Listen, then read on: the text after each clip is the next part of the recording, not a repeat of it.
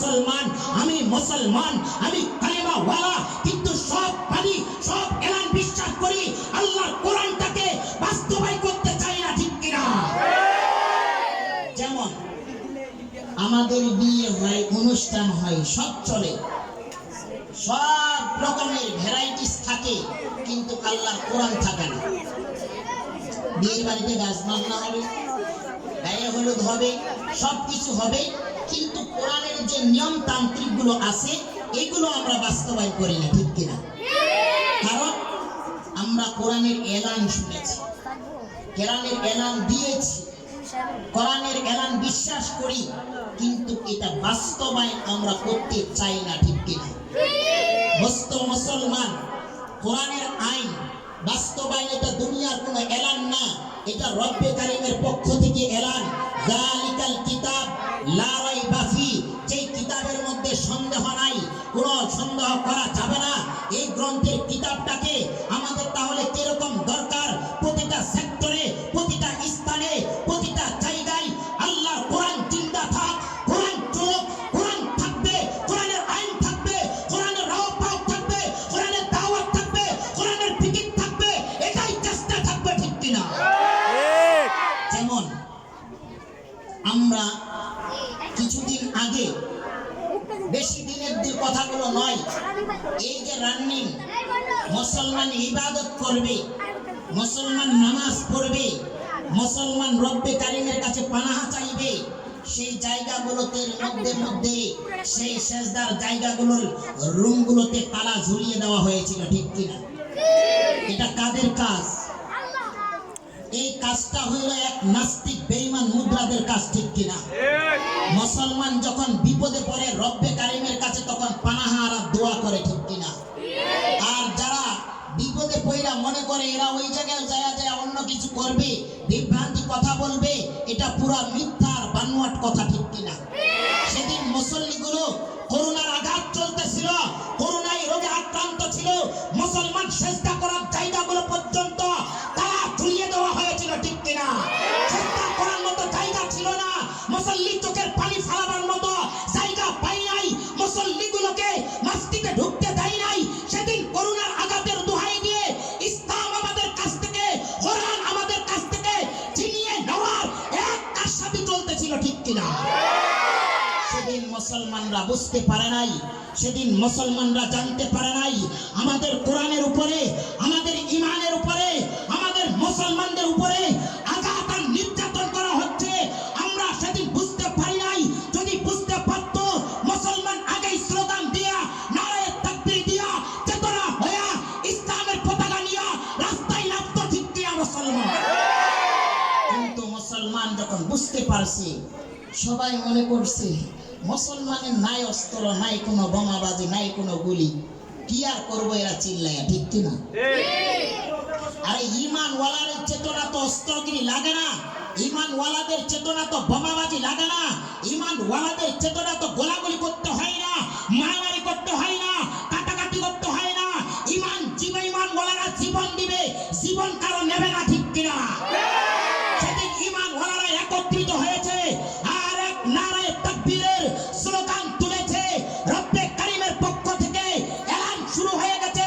সারা বাংলার মুসলমান মায়ের সন্তান ঘর ছেড়েছে, বিছানা ছেড়েছে, বাড়ি ছেড়েছে, ঘর ছেড়েছে, রাস্তায় নাইবা এক ইসলামের চেতনা আর স্লোগান তুলেছে, ঠিক কিনা? কিন্তু আফসোস বড় মুসলমান, আমরা মুসলমান এই যে ঢাকা শহরে দেখা যায় আনাচে কানাচে বেতন বাড়ে না, মিছিল হয়, গার্মেন্টসের বেতন দেয় না, আগুন জ্বালানো হয়, গার্মেন্টসের বেতন দেয় না, গার্মেন্টস ভেঙে চুরে চুরমাচার করে দেওয়া হয়, রাস্তায় ঘন্টা স্লোগান চলে আর গাড়ি জ্যাম জটে পইরা থাকে। এই মুসলমান, প্রতিটা মুসলমান, আমাদের এই ছেলে, আমাদের এই সন্তান, আমাদের এই ভাই, আমাদের এই হিতাকাঙ্ক্ষী সবাই স্লোগান তুলে, এমন কোন মুসলমান নাই পেটের ক্ষুধার জন্য, এই দুই একটা দুনিয়ার জন্য সব জায়গায় স্লোগান তুলি, সব জায়গায় মিছিল মিটিং করি। আজকে কোন সেক্টরে, কোন স্থানে, কোন অফিস আদালতে এমন কোন স্লোগান চলে না যে স্লোগানে 5 ওয়াক্ত নামাজি বলা হতে হবে, নামাজের টাইম দিতে হবে, প্রত্যেকটা গার্মেন্ট ফ্যাক্টরিতে নামাজরত অবস্থা করতে হবে,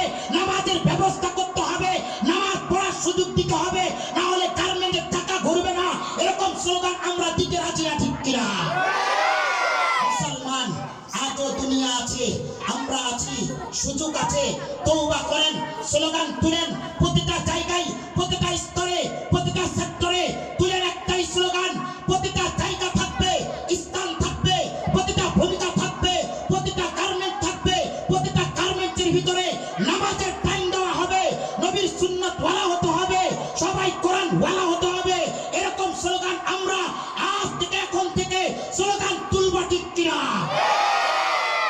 ক্ষমতা চাইবো, যে চালাক না কেন দেশ আমরা দেখবার দরকার নাই, কোরআন ওয়ালা দেশ হবে।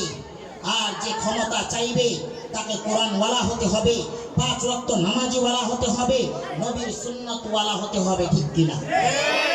সে এলাকার নেতা হোক, এমপি হোক, মন্ত্রী হোক, চেয়ারম্যান হোক, মেম্বার হোক, গার্মেন্টে যাই হোক, যে কোনো সেক্টরে হোক, প্রতিটা একটাই স্লোগান থাকবে, নেতা থাকবে কোরআন ওয়ালা, 5 ওয়াক্ত নামাজি ওয়ালা, নবীর সুন্নাত ওয়ালা।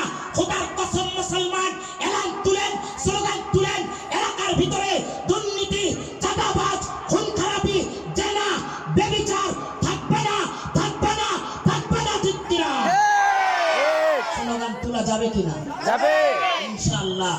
একটাই স্লোগান থাকবে, নবীর প্রেমিক হয়েছে থাকবো, নবীর আইন চলবে, আল্লাহর আইন চলবে, কোরআন থাকবে, নবীর সুন্নাত থাকবে। আরে মুসলমান তো সেদিন থেকে আমরা বেইজ্জতি আর আমাদেরকে অপমান করেছে, সেই অপমানের কিছু নাই। আমাদের দাওয়াত তো আমাদের পক্ষ থেকে না, আমাদের দাওয়াত গুলো তো আমাদের বাপ দাদা ধর্ম থেকে না, আমাদের দাওয়াত তো কোনো দাদার পক্ষ থেকে না, আমাদের দাওয়াত তো কোনো মুরব্বির পক্ষ থেকে না। আমাদের দাওয়াত হইল আল্লাহর কোরআন থেকে, আল্লাহর আসমানি কিতাব থেকে। আল্লাহ নবীদেরকে শিখাই গেছে, নবীরা সাহাবা তাবেঈনদেরকে শিখাইছে, সাহাবা তাবেঈনরা তাবেঈনদেরকে শিখাইছে। এখান থেকে সিলসিলা আসতে আছে, উলামায়ে কেরামরা ঠিক এরকমই দাওয়াতের কাজ দিতে আছে, চলাইতে আছে, দিতে আছে। আমরা সেই সত্যের দাওয়াত দিতেই থাকবো, ঠিক কিনা?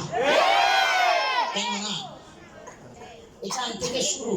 আল্লাহর নবীকে আল্লাহ পাক বলেছিলেন, হাবিব যাও, ওয়াকুল জাল হক ওয়া সাকাল বাতিল ইন্নাল বাতিলা কানা সাহুকা।